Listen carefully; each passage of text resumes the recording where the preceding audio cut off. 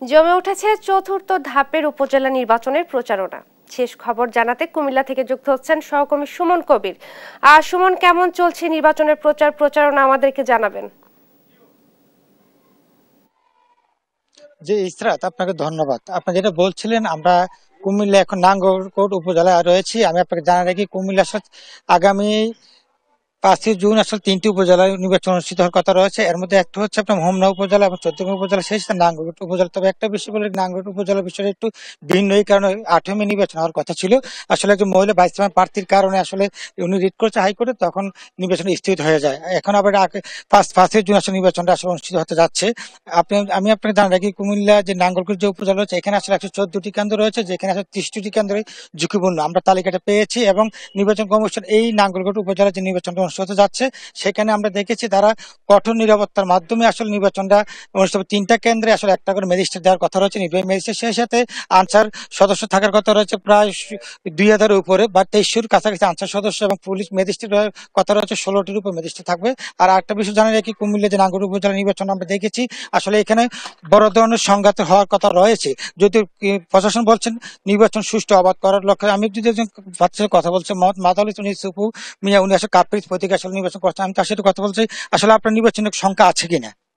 আমার নির্বাচন সংখ্যা তো 100% আছে, যেহেতু জাতীয় সংসদ নির্বাচনে নাঙ্গলকোট মানুষ শর্ত হয়েছে। এখন ওই পরিকল্পনা নিয়ে আমার প্রতিপক্ষ প্রার্থীরা সামনের দিকে এগোচ্ছে এবং বিভিন্ন কেন্দ্রে এখন থেকে মানুষকে হুমকি টুমকি দিচ্ছে কেন্দ্রে না যাওয়ার জন্য। এবং যেখানে আওয়ামী লীগের বড় নেতা আছে, সেখানে আমার আতঙ্ক আছে। পাশাপাশি আমার প্রতিপক্ষ 2জন ক্ষমতা দাবি করতেছে।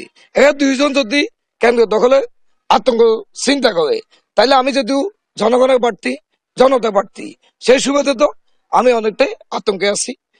কেন্দ্রতে আতঙ্ক সৃষ্টি করতে পারে, যেহেতু এরা নিশ্চিত জনগণ তাদেরকে ভোট দিবে না, এই জন্য ওনারা আতঙ্ক সৃষ্টি করতেছে। আমার বক্তব্য বলে স্পষ্ট, জনগণ কেন্দ্রে আসুক, জনগণ তাদের ব্যক্তিগত মতামতটি কেন্দ্রে আসি যেন দিতে পারে। কিন্তু আমার প্রতিপক্ষ 2জন কেন্দ্রীয় জনগণ না আসার জন্য যা যা প্রয়োজন তা ব্যবস্থা করতেছে। এতে করে নাঙ্গলকোটে অনেক কিছু ঘটতে পারে। আমার জনগণ এই বিষয় নিয়ে আতঙ্কে আছে। আমি প্রশাসনের মাধ্যমে যে 5 তারিখ নির্বাচন শান্তিপূর্ণ চাই, এবং যেহেতু জাতীয় সংসদ নির্বাচনে আমার নাঙ্গলকোটে মানুষ হর্ত হয়েছে, এবং আমি চাই এই ধরনের কোনো কিছু যেন নাঙ্গলকোট দ্বিতীয়বার না ঘটে, এই ইতিহাস দ্বিতীয়বার যেন নাঙ্গলকোট সৃষ্টি না হয়। তার জন্য আমি প্রশাসনের কাছে আমার আবেদন, আমার নিবেদন, নাঙ্গলকোটে শান্তিপূর্ণ নির্বাচন হোক।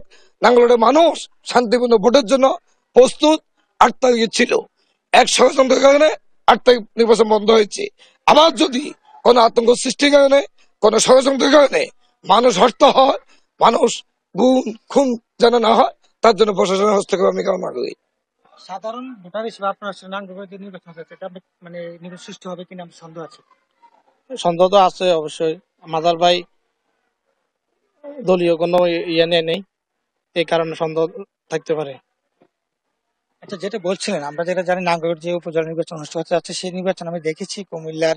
আসলে এটা একটা নির্বাচনের একটা অনেক গুরুত্বপূর্ণ নির্বাচন, নাঙ্গলকোট উপজেলা নির্বাচন, যেখানে আসলে আপনি জানেন যে 3জন চেয়ারম্যান প্রার্থী এখন প্রতিনিধিত্ব করছেন। আসলে যে মাঝে সুপুর যিনি বলছিলেন কাপ্রিজ প্রতীক নির্বাচন, জাতীয় ইলেকশন একজন আসলে এখানে মার্ডার হয়েছিল, সেই কারণে নাঙ্গলকোট উপজেলা এখন প্রশ্নবিদ্ধ হওয়ার কথা রয়েছে। সবকিছু মিলে বলে যে নাঙ্গলকোট উপজেলা নির্বাচনটা যদি প্রশাসন যদি এখানে ঠিক মতো কাজ না করে, তাহলে এখানে যে কোনো বড় ধরনের ঘটনা ঘটতে পারে। তবে মিডিয়া যদি যারা আছে, আমরা যারা মিডিয়া সারাদিন কাজ করবো নাঙ্গলকোট উপজেলা নিয়ে, আমরা সারাদিন থাকবো যাতে কোনো ধরনের ঘটনা এখানে না ঘটতে পারে, এবং সর্বক্ষণ আসলে দেশ টিভি তার পাশে থাকবে। এ ছিল কুমিল্লা থেকে সর্বশেষ লিনিয়া।